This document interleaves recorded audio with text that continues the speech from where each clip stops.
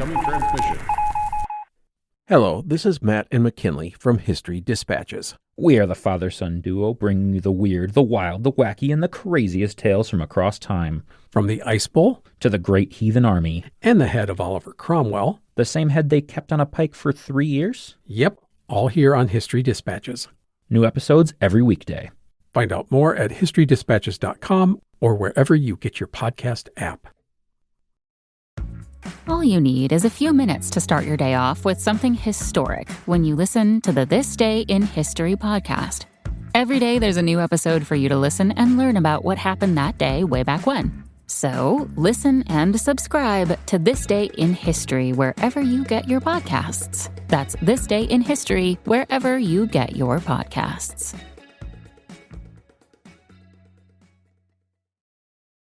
You're listening to an Airwave Media Podcast.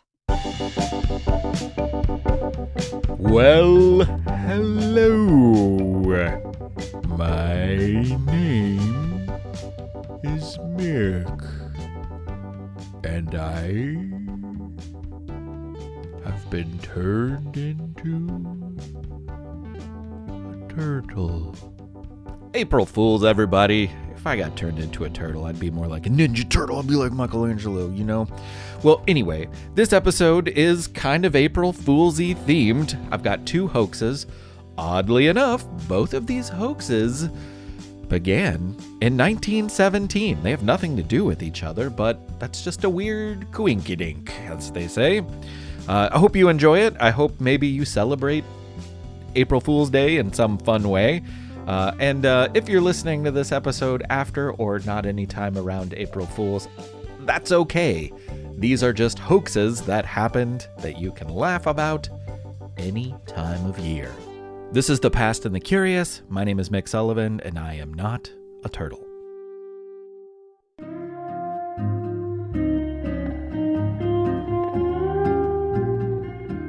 Perhaps the name Sir Arthur Conan Doyle sounds familiar to you. He was a writer from England who was busy writing words for books and short stories during much of the late 1800s and early 1900s.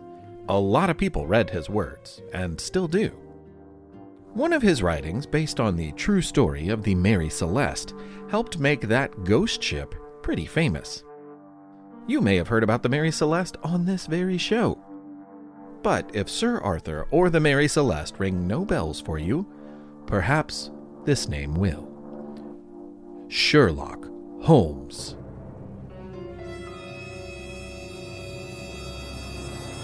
That's right. He created Sherlock Holmes, the greatest detective in history. Well, okay, the greatest fictional detective in history. Okay, the greatest fictional detective that was probably stolen, at least in concept, from another fictional story by a guy named Edgar Allan Poe. There we go. I prefer inspired by. Of course you do, Artie Conan. Well, anyway, Mr. Sir Arthur, creator of Sherlock, whose powers of observation, reason, and deduction were legendary, was actually involved in one of the most impressive hoaxes in world history. But it didn't really start out as a hoax, exactly. And he definitely wasn't the hoaxer. He was the hoaxed. And he wasn't alone. Now, the people behind the hoax were 2 girls, cousins in England, who probably meant no harm. It all began with a pair of wet shoes. Frances Griffith was 9 years old, and her mother was fussing at her about wet shoes. But I ask, in the same situation, who wouldn't have come home with wet shoes? A beautiful day, lush green landscape, cool, comforting shade from the trees above, and a small stream bubbling across the land. Frances was alone with her older cousin having an adventure. Of course she waded through the water of that gentle stream. And of course this left her with wet shoes. But when her mom demanded an explanation, she said she was playing with fairies. Oh, Frances, really? Fairies? Her mother seriously doubted it. Tiny little winged magical creatures? Not likely.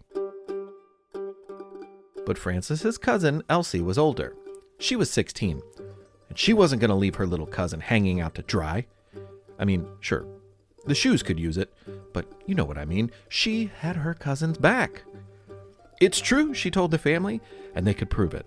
They would just require the use of one camera. Now, lucky for her, her dad had recently acquired a new camera. This was not very common in 1917, and while Elsie had certainly known about the camera, which is probably why she brought it up, she had never used it before. This camera took a negative image on a glass plate, which would then be developed and used to print photos. But it was a far cry from the cameras of today. With a digital camera, or a camera on your smartphone, you can take an incredible number of pictures in a short stretch of time. As many as you want, really. But not this camera. One shot. That was all Elsie would get to capture the image of a magical fairy to prove to her parents and her aunt that they weren't pulling any legs. The first picture she ever took would have to be a good one. Her dad probably chuckled to himself as he loaded it up with a glass plate and then sent her on her way to their fairy hunt. When they returned a few hours later, they handed over the camera. He'd develop the photo later. Now, just so you know, Frances had lived most of her life in South Africa. But when World War I began, her father, who was in the British military, was called to Europe. So the family moved to West Yorkshire, England, and they lived with Frances's aunt and uncle, and their 16-year-old daughter. Now, despite a significant age gap, the cousins became best friends, and as it would turn out, secret keepers for a secret they would share for decades to come. As you might imagine, World War I brought much stress and sadness to the lives of many people. War has a way of doing that. And maybe that played a role in their story. People wanted to believe in beauty and magic in the face of such terrible events. At least once the word got out. When Elsie's father developed the photo later that night, he found a picture of Frances resting on the ground, looking content, while 4 small, winged fairies frolicked about in front of her. A few danced. One was even playing a musical instrument. Of course, he laughed it off. Elsie was a good artist. These were surely drawings that she had placed before she took the picture of her younger cousin. But the girls were insistent. Fairies, I tells you. Not long after, they borrowed the camera a second time and headed out alone again into the beautiful landscape. Now, young Frances took the picture, the first she ever took in her entire life. And when this one was developed, it showed her older cousin, seated on the grass, reaching out to a little gnome. The family felt like they were getting pranked, but the girls admitted nothing. And Elsie's father stopped lending the camera. Then life went on. By chance, a few years later, Elsie's mother attended a lecture, and the speaker was wondering about the possibility of fairy life, about the chance that there were creatures in the world that people weren't aware of or couldn't see. And he wasn't alone. Many people were looking into possibilities like this. Some people believed that children might have a better chance of seeing magical creatures. So she showed the speaker the photos that the 2 girls had taken a few years before. Before long, the story exploded. Now, people weren't 100% convinced that the pictures the girls had taken were real, but they weren't 100% sure that they weren't either. This was still a time period when many people were interested in spiritualism, trying to find a connection between the living world and what they imagined might be beyond. One person very interested in such things was Sherlock creator himself, Sir Arthur Conan Doyle. He was actually in the middle of writing an article about the possibility of such a world. So when he saw the pictures of the fairies, he had a lot of feelings. First, He was aware that they might be fake and considered that someone was trying to get him to react and embarrass himself, because not everybody believed it was possible to meet real-life fairies. But on the other hand, if they were real, he thought, boy, oh boy, could this be huge. So when he got involved and declared his curiosity and desire to learn more about Francis and Elsie's experience, well, let's just say things got out of hand. Mr. Sir Arthur believes us. Yeah, Coney Doe himself hasn't Sherlocked it. What do we do? Well, we can't come clean now. He's like the most famous writer in England. That'd be embarrassing for him. So what? That sounds like his problem. Let's just keep playing along, I guess. Sir Arthur Conan Doyle sent them each a new camera, and the girls realized this meant that he'd like them to take some more pictures. So they did. Ultimately, they took 5 different photographs of fairies between 1917 and 1920. It was not easy to go viral in the 1920s with a handful of pictures you took with a glass plate camera, but Elsie and Francis sure did.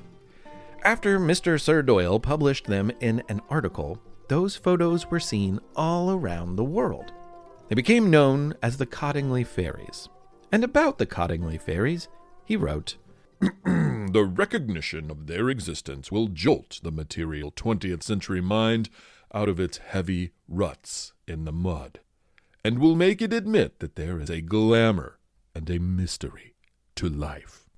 It's a nice thought, and he was clearly eager to believe that there was more than meets the eye to the world around us. For the next 60 years, the girls said nothing. Life went on, but no one saw any fairies. Many historians believe that Sir Arthur Conan Doyle went to his grave believing that it was true, but it's hard to say for sure. So were the fairy photos real? Well, the fairies weren't real, no. But the creativity, clever use of art and technology, and commitment to a prank that got blown out of proportions certainly was real. Elsie was a good artist, and she had a book with models from the time period, stylized fashionistas known as Gibson girls. She traced a few of those, used her great skill with watercolor paint to alter them, added wings and other imaginative details, and then cut them out, used hat pins to position them on the English countryside. Some people noticed the hat pins in the photos. Some people pointed out that the figures clearly looked flat, two-dimensional.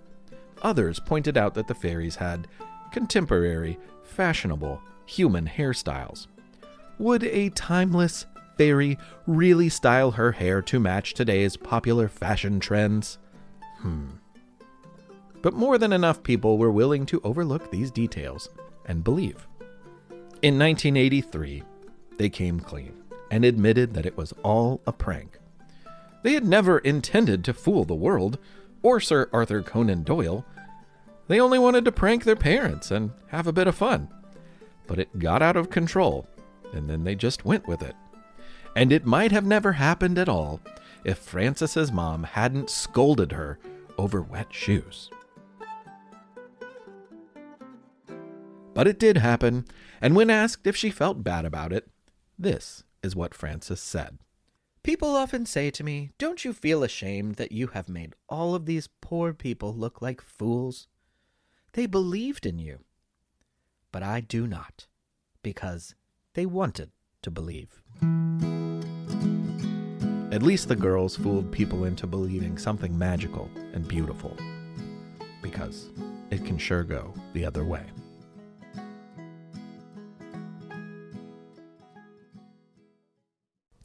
Hello, grown-ups with kids in your lives. Do you want to set your child up for success? Maybe you know a child struggling with a specific subject, or a child who is not getting challenged enough in class. IXL is an online learning program that enriches your homeschool curriculum. It offers practice in math, English language arts, science, and social studies while adapting to each child, meeting them where they are. Plus, IXL encourages students to be curious and empowers them to choose how to learn. I'm a parent, and these are things that I think about, and we are constantly reevaluating the needs our kids have when it comes to learning and growth.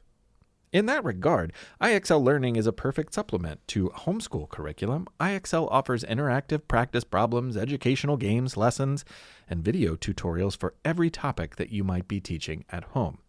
It's also easy to use and it saves time, which is always helpful.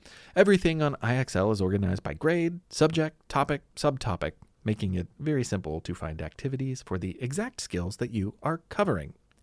It's also flexible and personalized, so kids can explore any topic at any grade level. They aren't forced into a single learning path. So if you're homeschooling your child because they were falling behind or because they were too far ahead, IXL is a great program to help them get exactly the support that they need. Make an impact on your child's learning. Get IXL now. And the Past and the Curious listeners can get an exclusive 20% off IXL membership when they sign up today at www.ixl.com/curious. Just visit www.ixl.com/curious to get the most effective learning program out there at the best price. Past, Present, Future is the History of Ideas podcast with me, David Runciman, exploring ideas from politics to philosophy, from science to fiction, where they come from, what they mean, why they matter.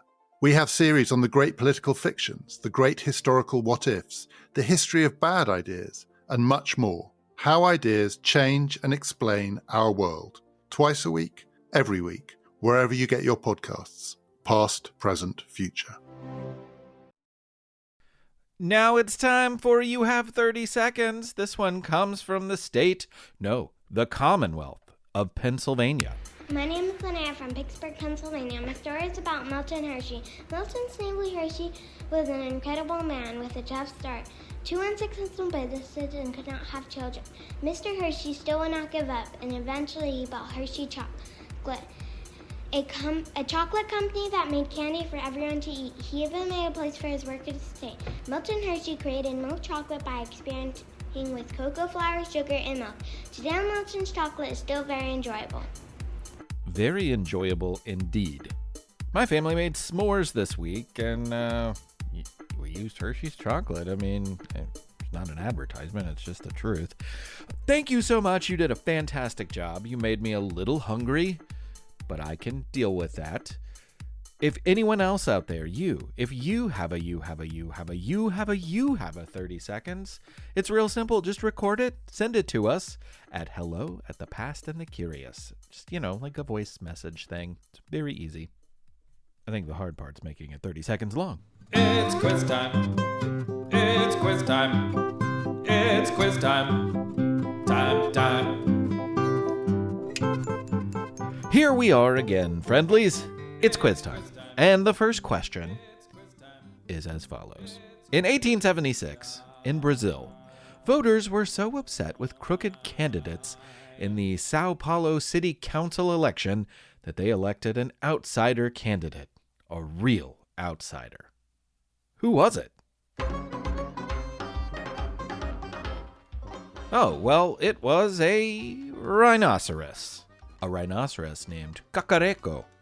This rhino won the election with over 100,000 votes, but she was not allowed to serve her term because she was a rhino. Okay, question number 2. In 1996, the restaurant chain Taco Bell played a prank claiming that they had bought the naming rights for which American historic site? According to the joke, they claimed that the Liberty Bell was now to be known as the Taco Liberty Bell. This probably seemed absurd at the time, but now, sadly, maybe not so much. Anyway, question number 3. Since the 1930s, there have been silly stories about a weird animal that is a mix between a jackrabbit and an antelope. What is this cryptid, fictional, hoaxy creature called? This cute, weird, strange little fella is known as the jackalope. It is large rabbit, a jackrabbit, which is actually a hare, with antelope horns. And of course, it is not real, but that has never really stopped anyone from believing a lot of other things.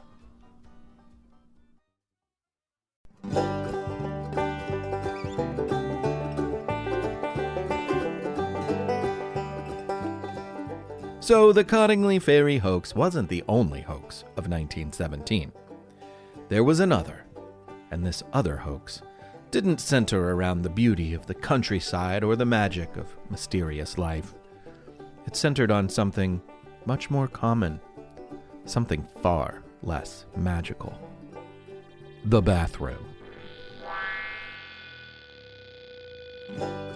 This hoax, remembered as the Bathtub Hoax, was a harmless, tongue-in-cheek celebration of the fixture of bathrooms that we know, love, and soak in today.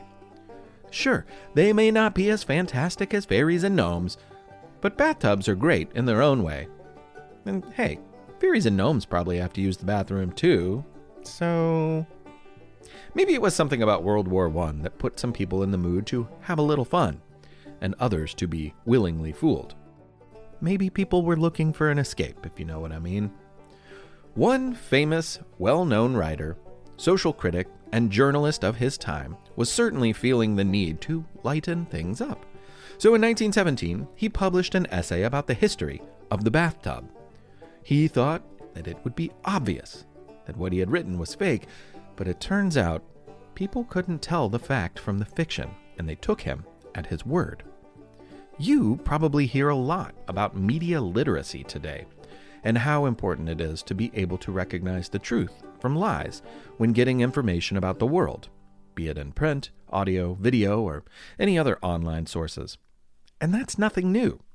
Hopefully, you can spot something fake when you hear it or see it, or think critically about why it's being said.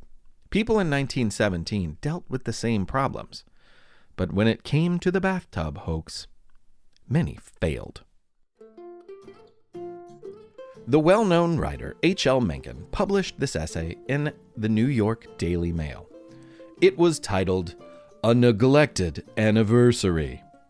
It sounds sad, right? Just you wait. In it, he claimed that 1917 was the 75th anniversary of the bathtub in the United States of America.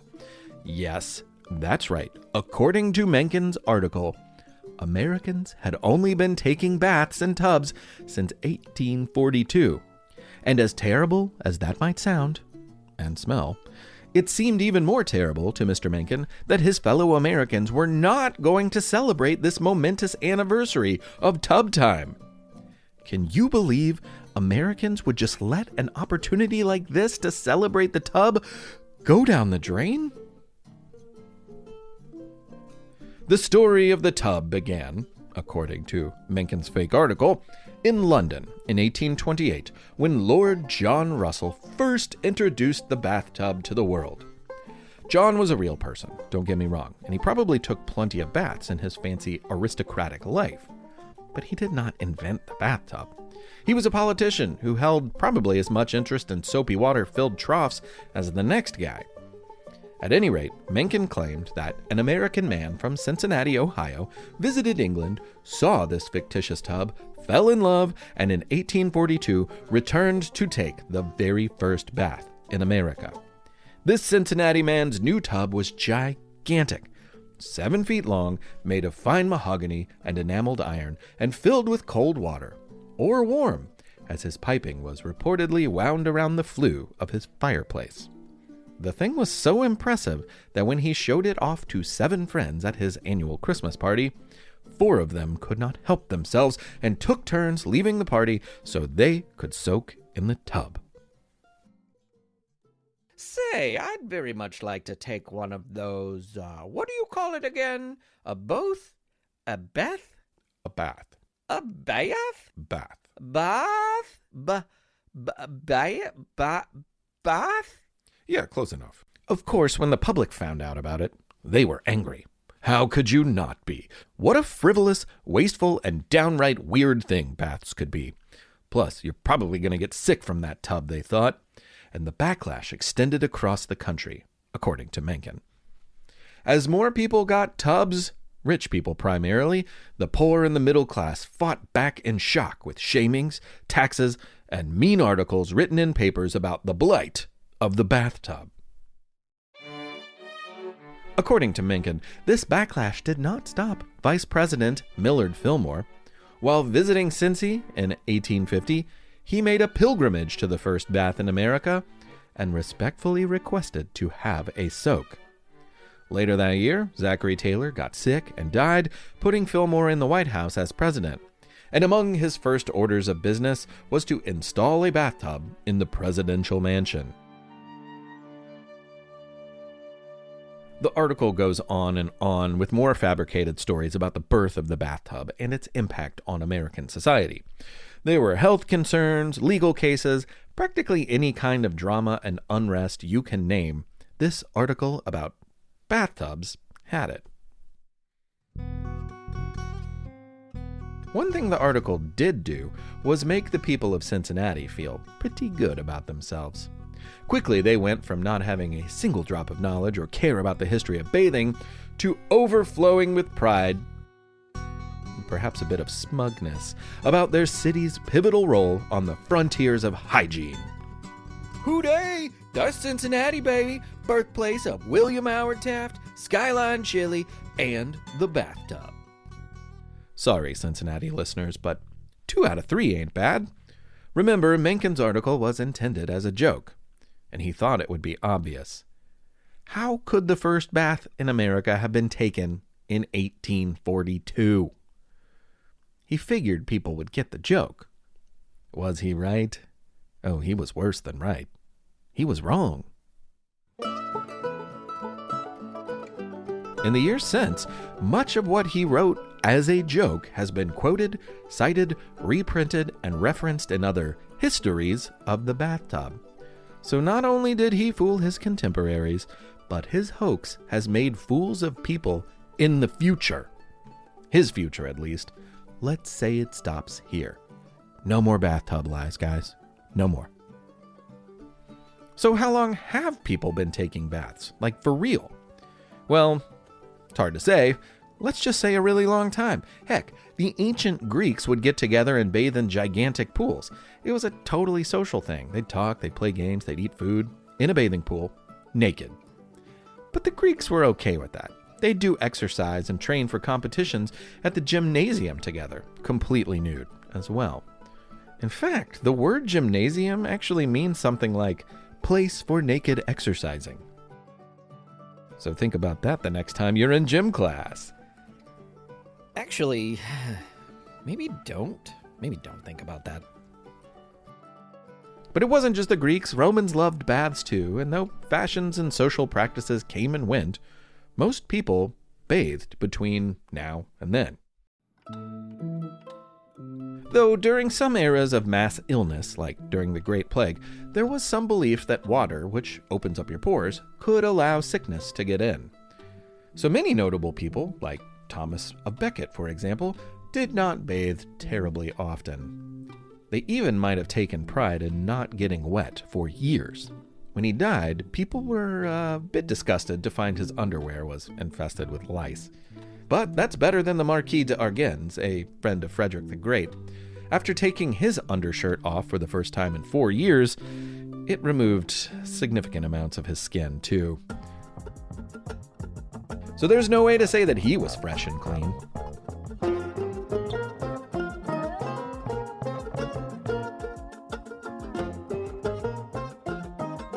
But as for someone who was so fresh and so clean, and who probably said things like, "I love when you stare at me," we should mention the Sun King himself, France's Louis XIV. He had a very special tub installed at the Palace of Versailles way back in the 1600s. Made of fine marble and inset into the floor, his tub was not filled with something as boring as water. Bah! The Sun King was like, H2O? More like H2No. His lavish bathtub was filled with perfume. While the alternative of stinking from not bathing might have been worse, it's still likely that Louis's overpowering odor was offensive to other noses around him.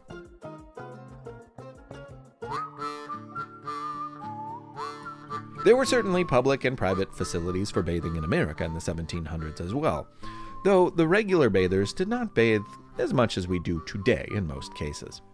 By the way, it would also appear that the first bath in the White House was installed by Andrew Jackson. But I've actually heard stories of a bathtub in John Quincy Adams' White House too, which would have been before that. Those stories may not be true though, because they are usually tied to the false story of him having a pet alligator that he kept in the tub. As much as I wanted to believe it, he never had a pet alligator, so I question the tub part of the story too. Furthermore, if you need evidence about John Quincy Adams and bathtubs, it's been said that John Quincy Adams liked to swim naked each day in the nearby Potomac River, which may have been kind of a bathing ritual on its own. In any case, he probably would have fit in with those ancient Greeks, huh? If any poor soul had further questions about baths by the time of the American Civil War, a helpful woman named Dr. Harriet Austin was there to help. She published a book in 1861 called Baths and How to Take Them. This riveting read was a manual with detailed advice on every step, from filling the tub to drying the body and everything in between. And it offered several types of bath options for those looking for a little variety. Among the menu of bath choices she offered, there was the half bath. So called because about half the person is immersed in water. The dripping sheet. It is an excellent bath. The plunge. This is a very pleasant and, if taken cold, a very exhilarating form of bath. In any case, her most important advice was as follows. As a rule, 10 or 11 o'clock in the day is the best hour for bathing. No bath should be taken immediately after or before a meal. Care should be taken to have the feet warm when coming for a bath. In cases where they are habitually cold and cannot be warmed by exercise, it is often well to take a warm foot bath for a few minutes before a general bath. Next, the patient lays aside all his clothing and wets his forehead and top of the head in the bath or cool water. And if the bath is continued beyond a few minutes, a wet towel or cap should be kept on the head. And of course, most importantly, soap should never be used, except for persons who bathe very seldom or who are very dirty. So, bathing has come a long way after all. But maybe don't take all of her advice, especially the soap part. And don't believe H.L. Mencken's bathtub history. It was all a hoax.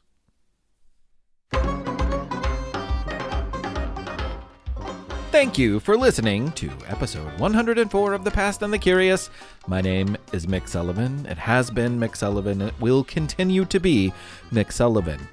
I want to thank my friend, Miss Lynn of Good Words Podcast and What If World for her reading of that important and seminal work of nonfiction literature, Baths and How to Take Them. Thanks, Miss Lynn. It's very cool that you listened to this show, and if you enjoyed it, I think the coolest thing that anyone in the world can do is tell someone else about it. Spread the word. That's really all I want. I just want more and more people to hear this show and enjoy it. So, if you know somebody who you think might like it, let them know. Please. I'd appreciate it. There are some people that I need to thank. Patreon supporters. That is incredibly helpful. That has helped me keep doing this for 8 years now. So, thank you to all of the Patreon supporters. But this month, I want to thank someone in Winchester, Virginia, named Kel Rhodes. Kel Rhodes. Winchester, Virginia, also a Commonwealth, like Pennsylvania from earlier in the episode, and like Kentucky, where I am. That's cool. So I wish you the best, Kel. Glad you enjoy the show. And not a Commonwealth, but still awesome, the state of New York, the city of Port Jefferson, New York. The person is Alice Turner. Alice! Thank you so much. I am glad that you are out there listening to the show as well. Hope you enjoyed this episode, and I hope you continue to enjoy. Maybe I'll see all of you down the road somewhere. That goes for everyone listening. Thank you for your thanks for listening. What else can I say? My name is Mick Sullivan. This has been The Past and the Curious. Be nice to people. Learning is good. It's good to be curious. It's good to be honest. It's good to be nice to people. So let's keep doing that, okay, you guys? Thanks.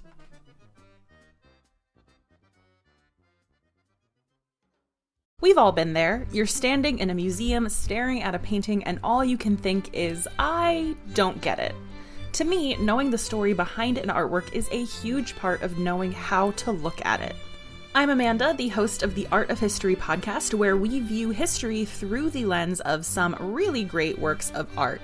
Each episode, we dive deep into the bigger picture behind some familiar and maybe not so familiar pieces. Check out Art of History now wherever you get your podcasts.